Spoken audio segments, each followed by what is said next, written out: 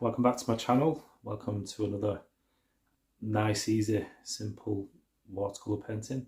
Today's video we're just going to do a really simple, straightforward watercolour. I'm going to be doing step by step.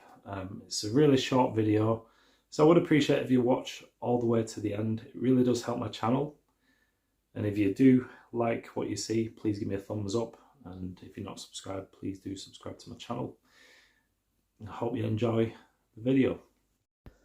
So as always, I've started the painting by just loosely drawing in with pencil, just so I know where I'm going.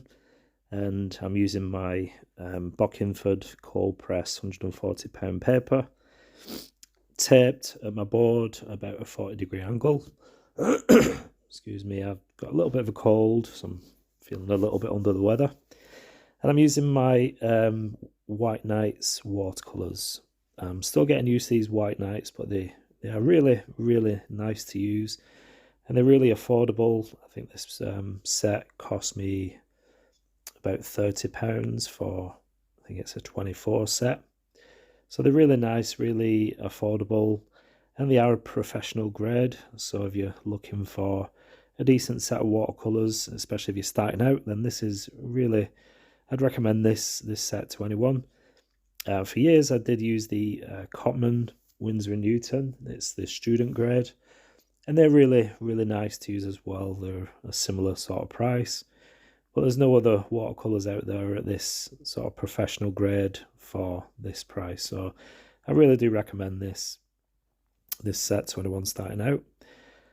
So this scene today, it's I usually do use a reference photograph to go by, but this one I'm just having fun, just making the scene up as I go along. So I've got a couple of houses or cottages in the scene, and I'm just adding a couple of trees in here and there, and then a bit of a dramatic sky. So you can see I'm doing the tree. I'm just dropping in different colours, letting them blend. It gives a nicer look to the painting. And then the background trees here where the buildings are, just using my brush at the side, a smaller brush, and just letting the pigment come off the brush as it touches the paper. And that gives you that nice sort of broken effect for the foliage of the trees. You don't want these solid, almost lollipop-like things. You want these almost random sort of colour. So I'm just popping in the branches and the trunks of these two trees in the foreground. So there's going to be a little bit more detail to these trees just because they're closer. So anything in the distance I want nice and soft, and obviously with less details, maybe less colour. So it's a nice simple scene. You got a path which runs through the scene. It sort of snakes, and that gives a nice... gives your eye a nice way through the scene. So your eye sort of follows this path into the buildings and the sort of background. So I'm using a red mix for the roof, and then I'm just popping in the windows and the doors, just blotting out here and there when the colour's too strong.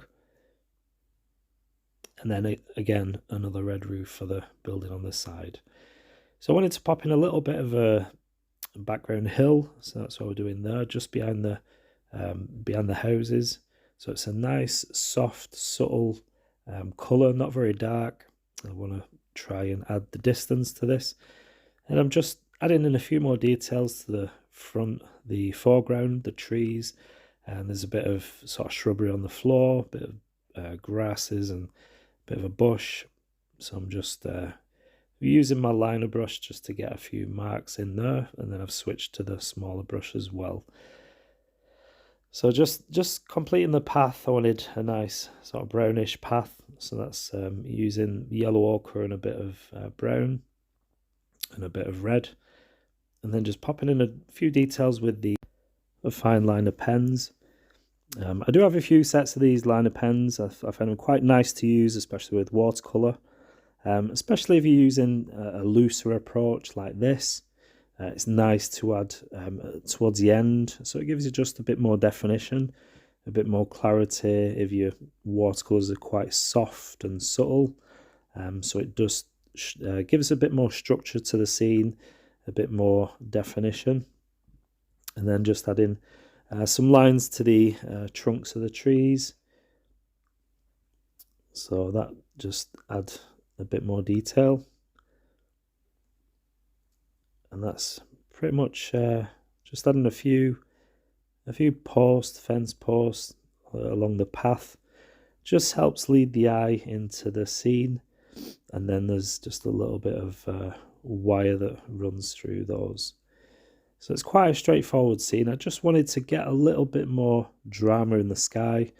It's a little bit too light, so I wanted to add some more dark to the sky, and I'll be almost sculpting some clouds from this. Just using the help of a mister bottle just to get that pigment running down.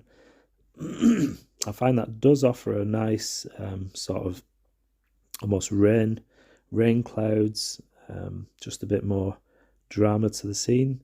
You can see I'm not bothered about the pigment coming down. I want that to happen. I want the paint to run.